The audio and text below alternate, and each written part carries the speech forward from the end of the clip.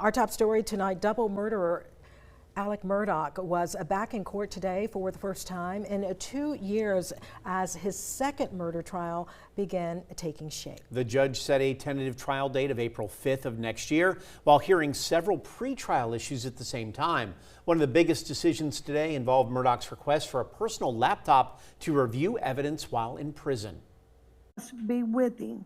His concern was having a laptop in his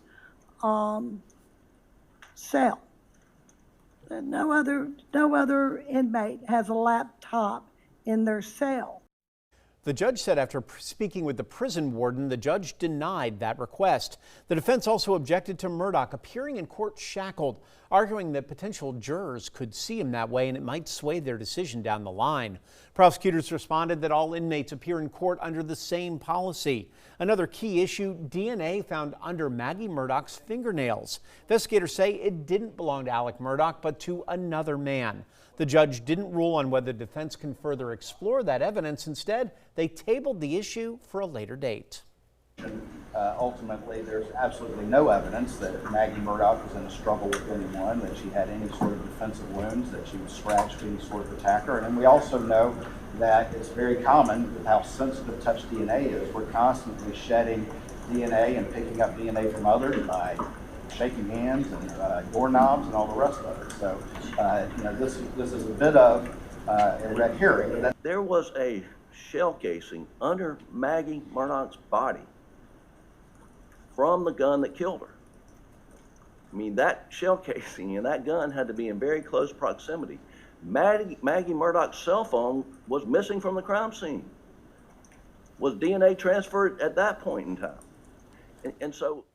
Now, discussion about moving the trial out of Colleton County also put on hold, though both sides indicated that they agree a new venue may help ensure a fair trial.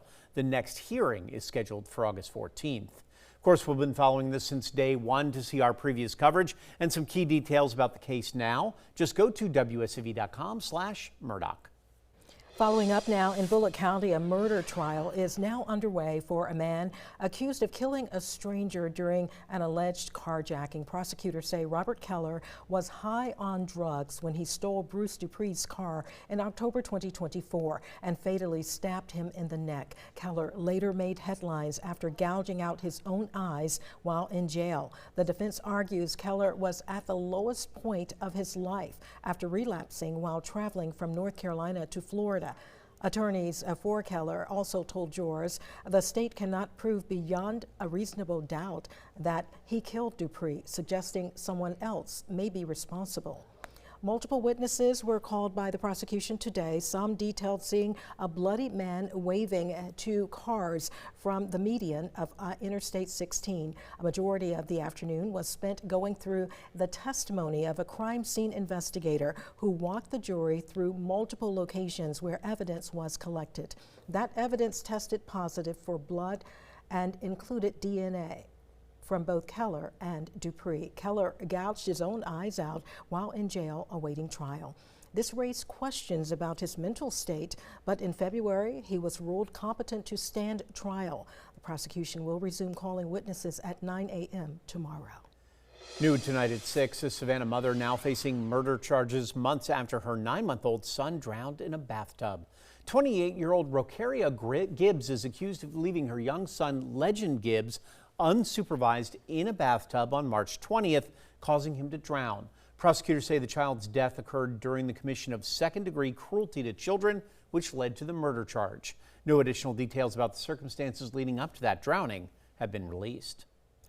Some new developments now. A Tybee Island nursing home is once again under scrutiny after a federal report details the death of a quadriplegic resident who was found trapped in his bed rails. According to a report from the Centers for Medicare and Medicaid Services, staff at Rosewood at Tybee Island, formerly known as Oceanside Care Center, failed to properly supervise the resident, leading to what officials call neglect. Inspectors say the resident was found with a part of his body hanging off the bed and his elbow wedged in a half-side rail. A staff later reported he was unresponsive and had to be rushed to the hospital, where he ultimately died. The report also cites additional concerns at the facility, including staffing shortages on Christmas Day, when two nurses reportedly worked hours past their shifts without relief.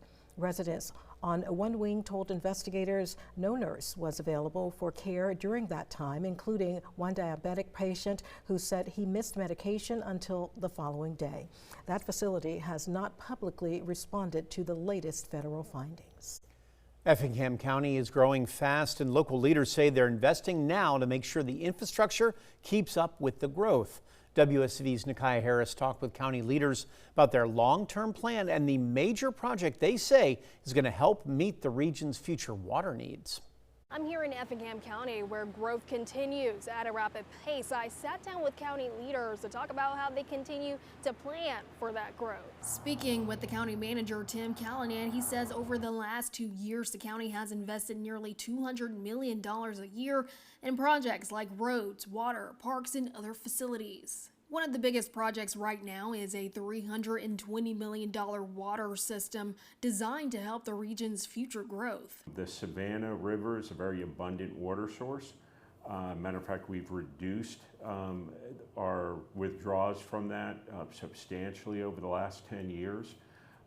And so it was a logical choice. The system will draw water from the Savannah River, where it will be treated at a new plant before being distributed to customers. Callanan says the county is also continuing to improve its roads, resurfacing existing roads while building new ones. Resurfacing was a big part of that, and making sure we're bringing the quality of the roads up to where they need to be and then holding them there.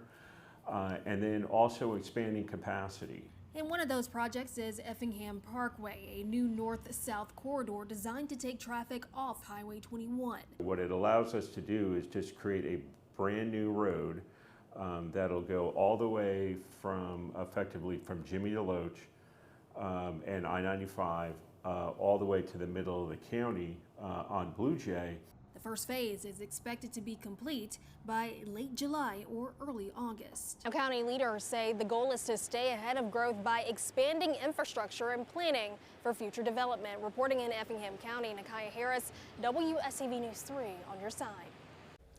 A longtime Savannah pastor is moving into one of the highest leadership roles in the Christian Methodist Episcopal Church. Former pastor DeAndre Thurman of St. Paul CME Church has been elected as the 69th bishop of the denomination. Thurman was and has led the Savannah congregation for the past 18 years, but church leaders from around the world recently voted him into the new role. As bishop, he will be responsible for appointing pastors and overseeing more than 70 churches across the country. He says while he's enjoyed his time in Savannah, he's ready for the next chapter. Churches that need new pastors.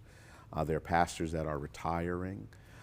There are pastors that are moving like I am to another area of the country. So I want to come in and provide a fresh vision for that area. It's already thriving. I'm just the next step. His final service at St. Paul CME Church will be this Sunday at 10 a.m. Now, Time Saver Traffic, sponsored by Arrowhead Clinic, the accident doctors, where it pays to get well. All right, now we are seeing some slow-moving traffic along US 17 southbound as you approach the Ogeechee River due to an accident right by Love Seafood. That situation does improve as you head further to the south, but those speeds right around 10 miles per hour. So it is taking over just about an hour, I should say, to get from Savannah to Richmond Hill because of that accident. I-95 is your best bet. Viper radar this afternoon and into the evening hours tracking a few showers and a few thunderstorms, but the heat has been the big weather story for today, and that continues for Tuesday. Of all the details coming up.